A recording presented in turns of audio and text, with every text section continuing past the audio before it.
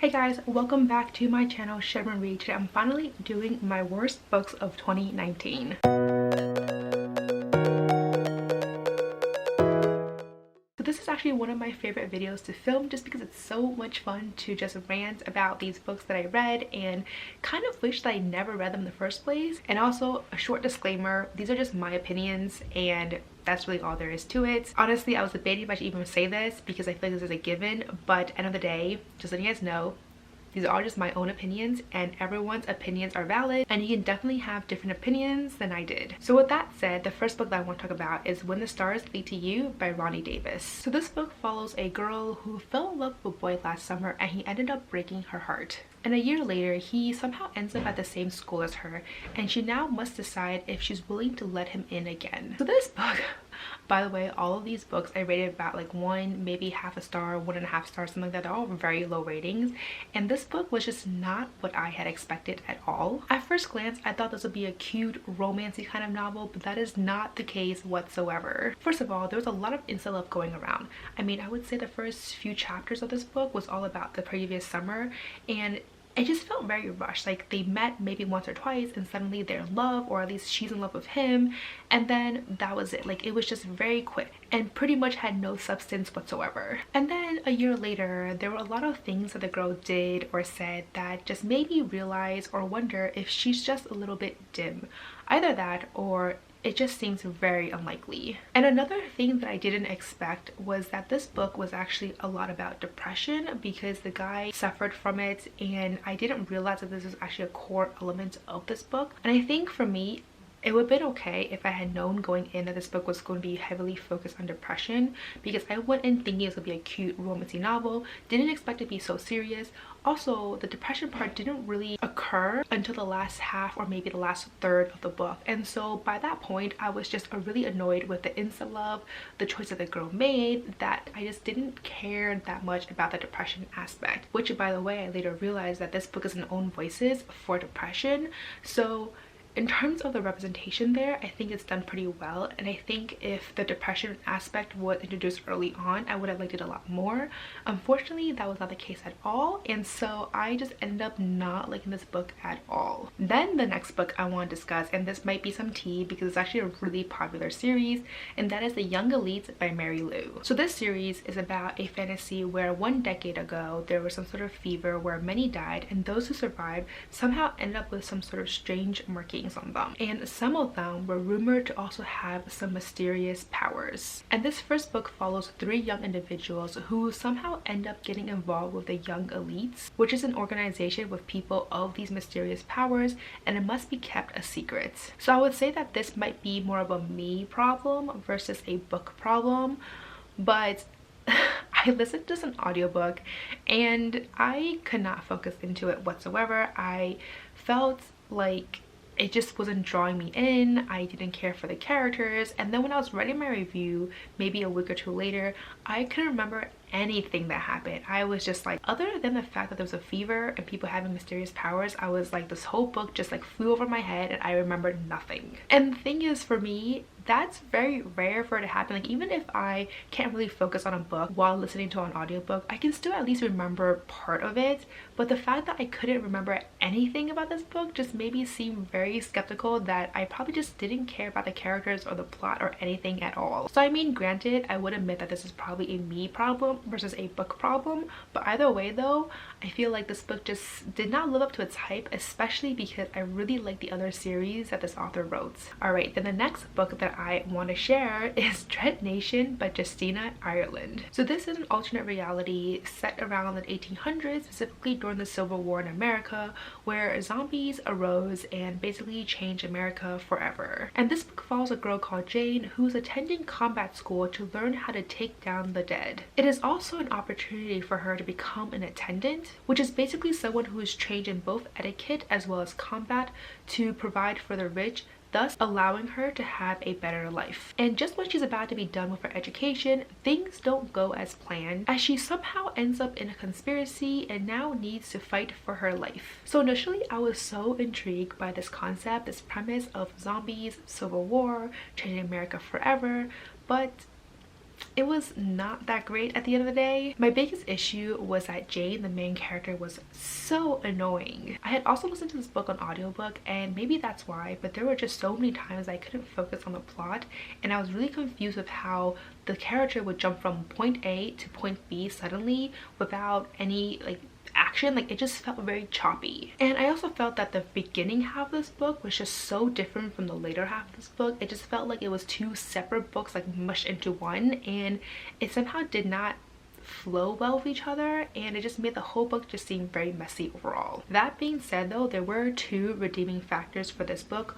One was the really great feminism discussion that went on, and the second one was a great representation in terms of sexuality and racism. Other than that though, I just didn't really care for this book at all. I would definitely not be reading the sequel. I just don't care for the characters, I don't care for the plot. Just hard pass for me. Oh gosh, then this next book is probably the one I have the most tea on, and that is Again But Better by Christine Riccio. So this book follows a girl called Shane who is going through college with awesome grades and is basically on the right track. Yet somehow she is doing something wrong, as she has zero friends and zero social life. So she then decides to trick her parents and go on a study abroad in London and essentially try to correct her college mistakes. At first, things go pretty smoothly for her until it doesn't, and her little bubble shatters, and there might be a little bit of a need for magic. So to put this shortly guys, this book sucked. In the beginning, I was actually semi-okay with this book. I mean, there were definitely things that Shane did or said in the beginning that really irked me, but not enough for me to give up this book completely. However, once the magical part came into play, things went really downhill for me. My biggest issue at the end of the day is Shane. I just found her to be incredibly selfish, incredibly manipulative, spoiled, naive, and just a generally terrible person. Essentially, she just strung her parents along as well as any other bystanders to get what she wanted. And at first, there were things that she said and did I was like, okay, fine, I can kind of overlook it. But then once the magic happened, like I said already, there were a lot of things that she said and did to Pilot specifically that made me realize how truly of a selfish person she was. There's also this major cheating element in this book that it was just not great guys. And also can I just say, I had so much secondhand embarrassment for Shane. There were just so many things that she did and said that I was just like, wow, this is so cringy, and it's just like couldn't, to be honest. Honestly, at the end of the day, I have never read a book with a more cringe-worthy main character in my entire life. Like, it was just so bad. So the next book that I did not like so much this year is Bully by Penelope Douglas. So this is a new adult contemporary romance. I haven't really read that many new adult contemporary romances before, and I feel like I've been reading a lot more this year, and this was one of them. It follows a girl called Tate as well as a guy called Jared who has been best friends their entire life growing up. And suddenly, for no apparent reason, Jared now hates Tate and basically tries to make fun of her as often as he can. And it's to the point that she ends up escaping to France for a year just to get away from him. And when she finally comes back for senior year, she vows that she will not let him bully her anymore. So this book, to put it shortly, is an epic disaster. The only good thing about this book is that I listened to an audiobook and it flew by very quickly. So my suffering was very short-lived. But I have never eye-rolled or face-palmed myself so much before. I mean, to be fair, I was really hoping for some steamy romance between these two characters, and the steaminess did deliver, but the characters, guys, the characters were just terrible. My biggest issue was that both characters were complete idiots. I feel like Tate was just not right in the head. To be honest, like, she was pretty dumb. I mean, 4 years later, like 4 years of torturing her, and she somehow is still in love with Jared. Like, I just don't comprehend. And not only that, like, if this is like a slight teasing, I can be like, okay, I can overlook it. No, these are like really terrible rumors, like things that he did to her that were just awful, like completely awful. This is not even just like a slight teasing kind of thing. This is like a full-on straight up like evil bullying. And so that's why I'm like, I don't understand how Tate is still in love with him after 4 years. And not just that, but when the reasoning of why Jared decides to hate her and why he was making fun of her and bullying her all those like 4 years, and the reason for that was just the most idiotic reasoning ever, that I was just like, wait, this does not make this okay at all. And I'm sure, as you guys probably can guess already, we all know what happens at the very end of the book. Like, it is a contemporary romance, guys. Like, it's pretty given. And it was just terrible book, guys. Like, it was just like, Honestly, I was like, why did I even pick up this book? And I was just so dissatisfied and so disappointed. Terrible book. Definitely do not recommend. Then the next book that I do not recommend is Skin by Ilka Temke. I feel like I definitely butchered her name. I am so sorry. So this is a historical fantasy novel where it follows a young girl called Alia who does not have a skin. And a skin for her village is essentially everything. It is their greeting, it is their totem, it is basically their way of life. And because she doesn't have a skin, she does not have a lot of rights, including marriage as well as education. However, the mothers of this village, which are essentially these ancestral gods, have chosen her for a different path. And throughout this entire thing, in the meantime, their village as well as the other villages around them are trying to ward off a Roman invasion. So this book, I didn't really understand it after reading it, and in all honesty, I probably should have DNF'd it a long time ago. It was very draggy, very dry, and incredibly boring. And I feel like this book really focused heavily on the politics and nothing else. For me to enjoy a political heavy book, it needs to have some other elements to it that are also prominent, and this one did have a few little bit of like romancy stuff going on, but it was so minor that it was really all about the politics and the fact that she doesn't have a skin and what does this mean for her in terms of what she's allowed to do in her village. And because of that, there's not much action going on, and I just don't really care for it. And not only that, but Alia also made some very strange decisions throughout this book that made me think that she was a very weak person. And you guys all know that I like my strong, badass females, and she was pretty much the opposite of that. I also believe that there is some sort of sequel to this, and if this book is meant to be a setup for the sequel, then I think the sequel will be a lot better. But unfortunately, I just didn't care much for the characters, the plot, everything in this book, that I would not be picking up the sequel at all. The next book that I want to share is How to Experience Death for Beginners by Jessica Branson. This book follows a girl called Casey who can somehow enter the minds of people who are just about to die, and because of this power, she somehow ends up getting involved with the police as well as the FBI when a serial killer comes to town. And at the same time, she's also dealing with a romance. So initially when I first read this book, I was like, oh, 2 stars. I had some like positive things to say about this book,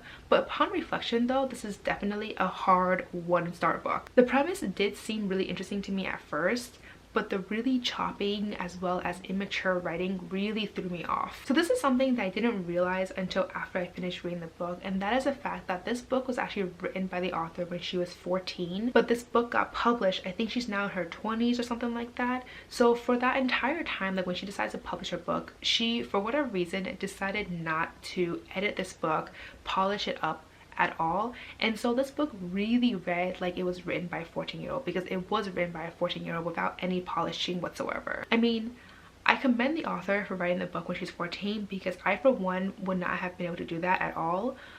But at the same time, now that this book is published when she's in her 20s, the fact that she didn't go back and edit it, polish it, refine it just seemed really bizarre to me, and the writing really reflected that. Like, that's all I can really say. There were just so many incidences in this book where the scene just jumped from one place to another, and it just felt so choppy. But the one thing I would say that I can kind of see why the author kept it as a 14-year-old in terms of the writing is that because the characters were also 14 years old, the dialogue between each other did feel very realistic, in the sense that that's something I would have said when I was also 14 years old. So if that was the author's intention, I can kind of see why she kept the dialogue like that.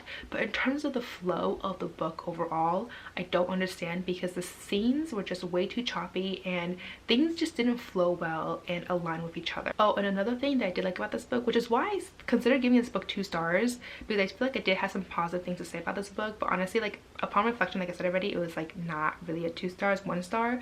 But I did also enjoy the paranormal element with the whole fact that she can actually enter the minds of people just when they're about to die and kind of see what they are experiencing and everything. Like, I thought that was actually really cool.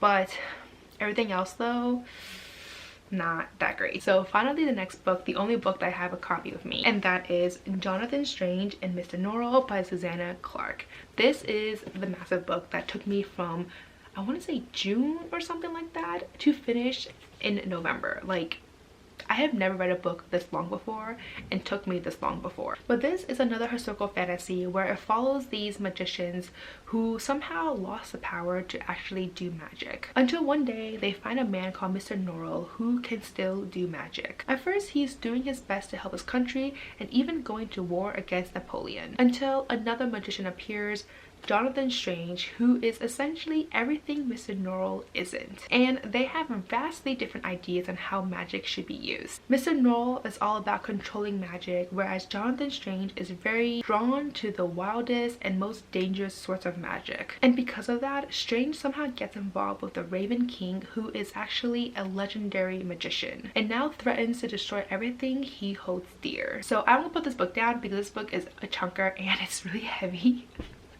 So anyways, I initially started off reading it physically right here, but after a while I was like, I couldn't get into it, that I thought maybe listening it to an audiobook would help a little bit, and it did, because it actually allowed me to finish the book. And honestly, I don't really know why so many people enjoy this book, because it was so dry and boring for me. I really didn't care much for the characters at all, and I felt like there was a lot of pettiness between Jonathan Strange and Mr. Norrell that just made up a lot of drama that was just so unnecessary. I mean, who cares if they have different views on magic? Like, I just don't understand why different views is the cause for so much drama. Like, that's just something that I don't understand. Not only that, but the format of this book is actually quite strange, because each chapter felt like a separate story, and it took me a very long time to kind of piece things together and realize that they actually are related. But because this book is just so long, it took me forever to find out how they piece together, and so for most of this book I was so confused. And so basically at the end of the day, I don't think this book is really worth the 1,000 plus pages, and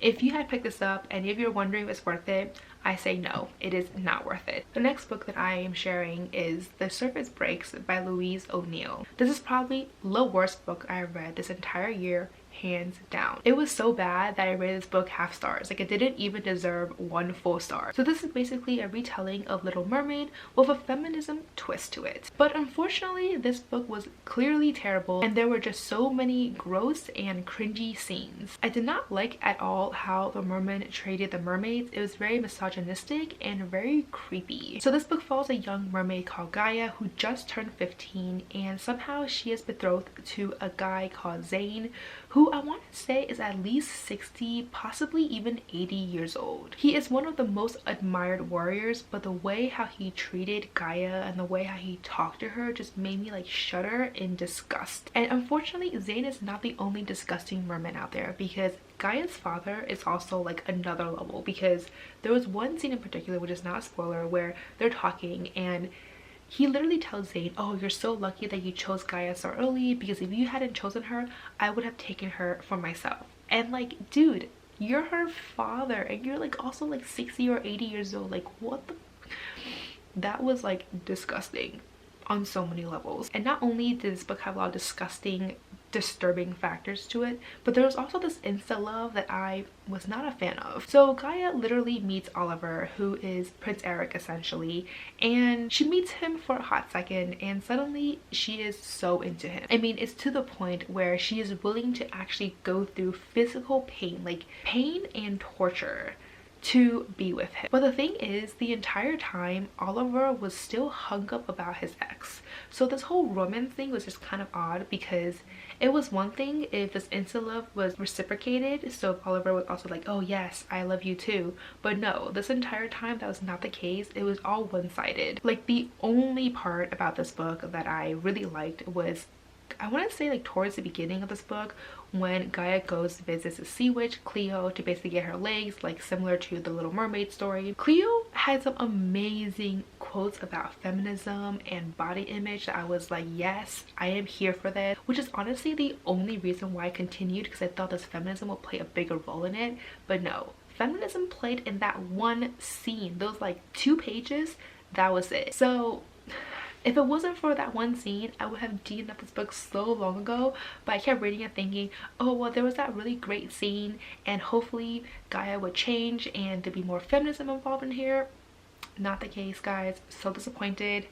What a terrible book. Like, Then the final book that I want to share in my top 10 worst books of 2019 is House of Brides by Jane Cockrum. So this book follows a woman called Miranda who used to be a social media influencer when her name gets dragged through the mud when her fans, her followers, find out that she is actually falsely advertising things. Her father tries to help her by finding her a job, but instead of thanking him, instead of being appreciative, no, instead she decides to run off with his money, steals from him, and go to London or England to find out about this mysterious past of hers. Her mother years ago wrote a book called The House of Brides, where it basically chronicles the generations of women who marries into this famous Summers family who live in the Barnsley house, including her grandmother, which is exactly where Miranda runs off to. She runs off there to find out more about the past, and there she finds out some disturbing information. So the question is, what truly happened there? I thought that this book had a lot of potential,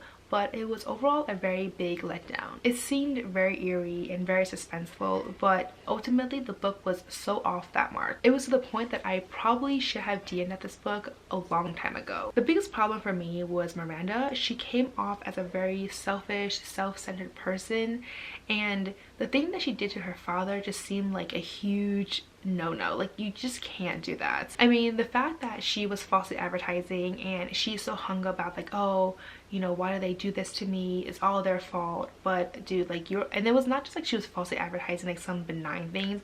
I believe it was something to do with pregnancy, and she was actually harming people with her false advertisements. And so obviously her name got dragged through the mud, and her father tried to help her, but the way how she treated her father after he so kindly tried to help her, try to like build up her life again, was just such a disgrace. And the thing is, like, not only did she decide to just run off his money, go to England, but she also basically refuses to communicate with him after that. I mean, what kind of daughter does that? And then in terms of the plot, it was just very confusing and extremely slow. So end of the day, with such a shitty character, such a boring plot, it was just a hard pass for me. So anyways, those are all the books that I want to mention in this video. There were definitely some terrible books on here. Let me know down below if you have read any of the books on this list. If you have, what did you think? Like, did you agree with me? Did you not agree with me? I'm definitely curious to see what your thoughts are as well. So anyways, that's all to say for this video. As always, if you like this video, please give me a thumbs up, subscribe down below, don't forget to follow me on Twitter and Instagram, and I'll see you guys next time. Bye!